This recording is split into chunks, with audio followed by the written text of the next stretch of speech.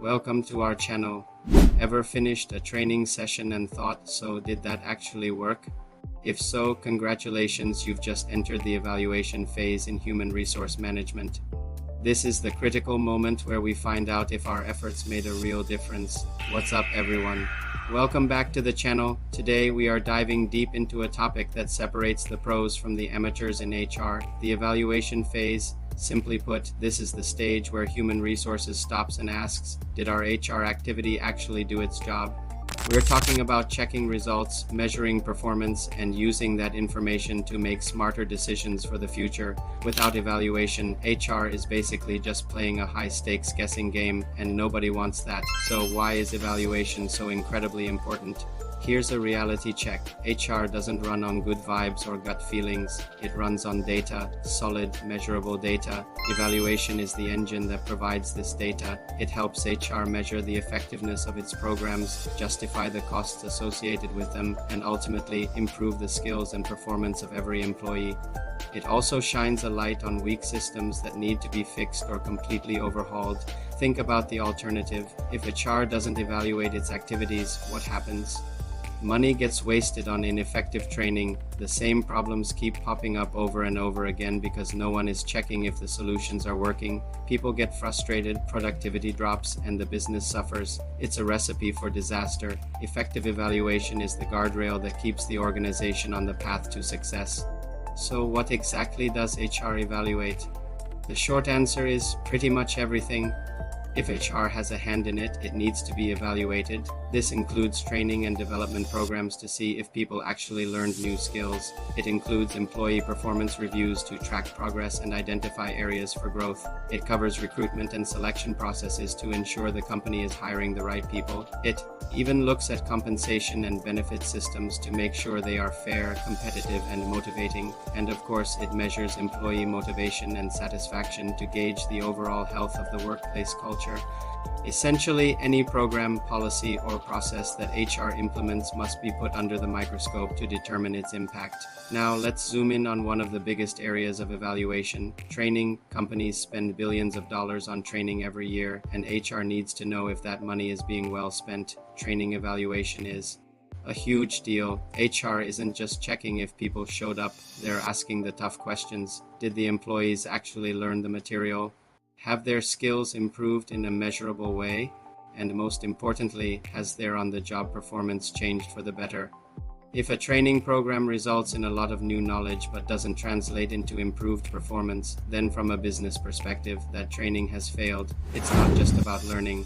It's about applying that learning to drive results. To tackle this, HR professionals have a powerful tool in their arsenal: Kirkpatrick's four-level model of training evaluation. It's the gold standard, the GOAT of evaluation, and it breaks the process down into 4 simple, logical steps. Level 1 is reaction. This is the happy sheet you fill out at the end of a session.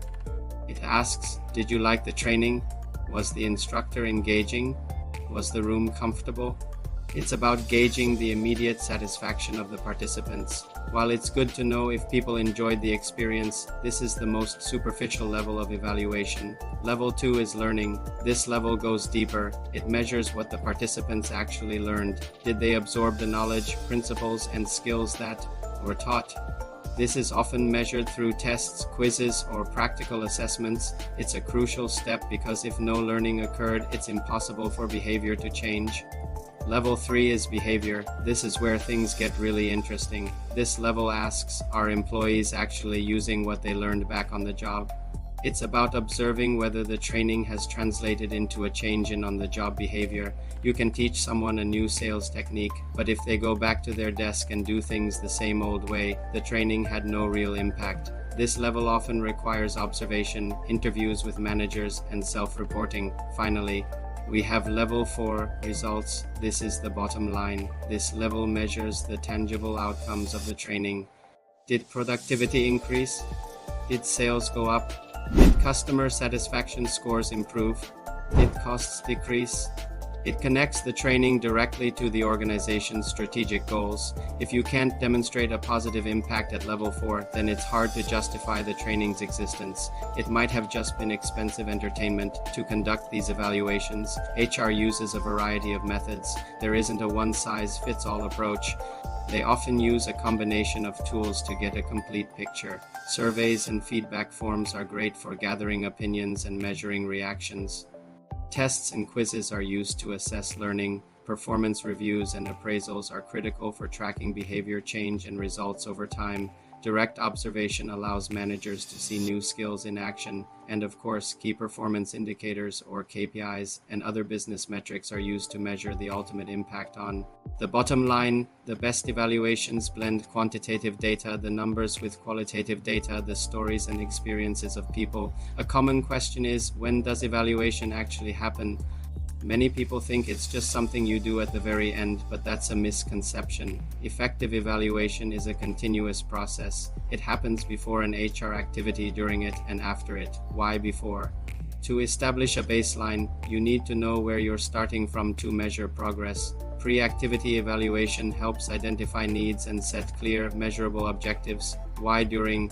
To make real-time adjustments. If you wait until a 6-month program is over to find out it's not working, you've wasted a lot of time and money.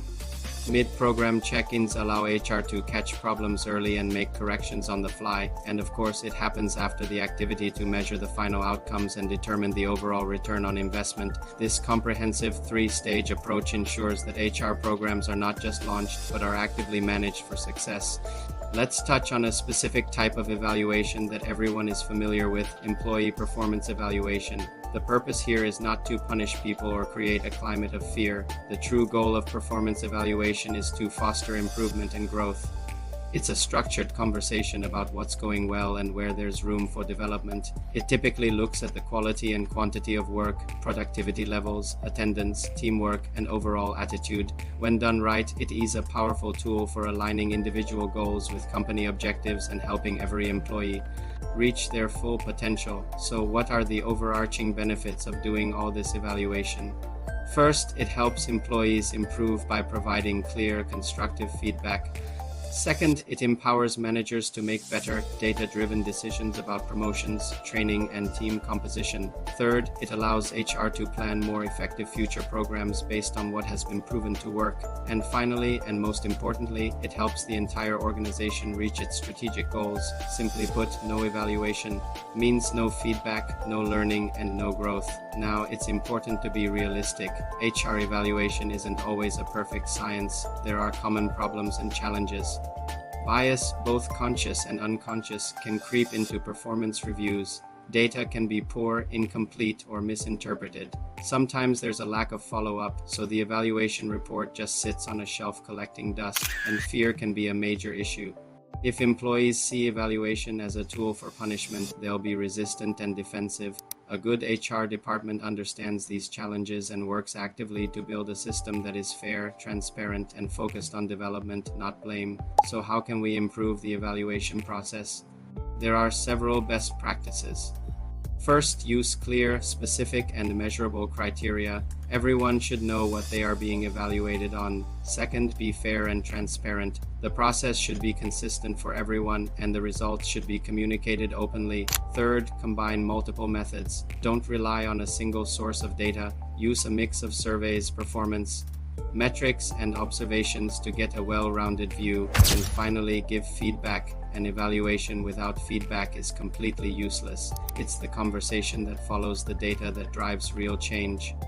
Let's look at a quick real-life example. A company rolls out a new online training program for its customer service team. The initial evaluation, Kirkpatrick's Level 1, shows that employees loved it. The feedback forms were glowing. Level 2 evaluation, through a quiz, showed they learned the new concepts. But 3 months later, the Level 3 and 4 evaluations told a different story. Customer satisfaction scores hadn't budged, and managers observed that the team wasn't actually using the new techniques. This is evaluation in action.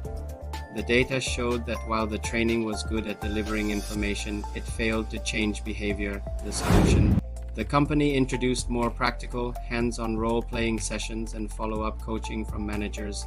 That adjustment, driven by evaluation, led to a significant improvement in customer service metrics. That's the power of a good evaluation system. So to wrap it all up, the evaluation phase in HERM is the essential feedback loop that drives continuous improvement. It measures success, improves performance, saves money, and guides future decisions.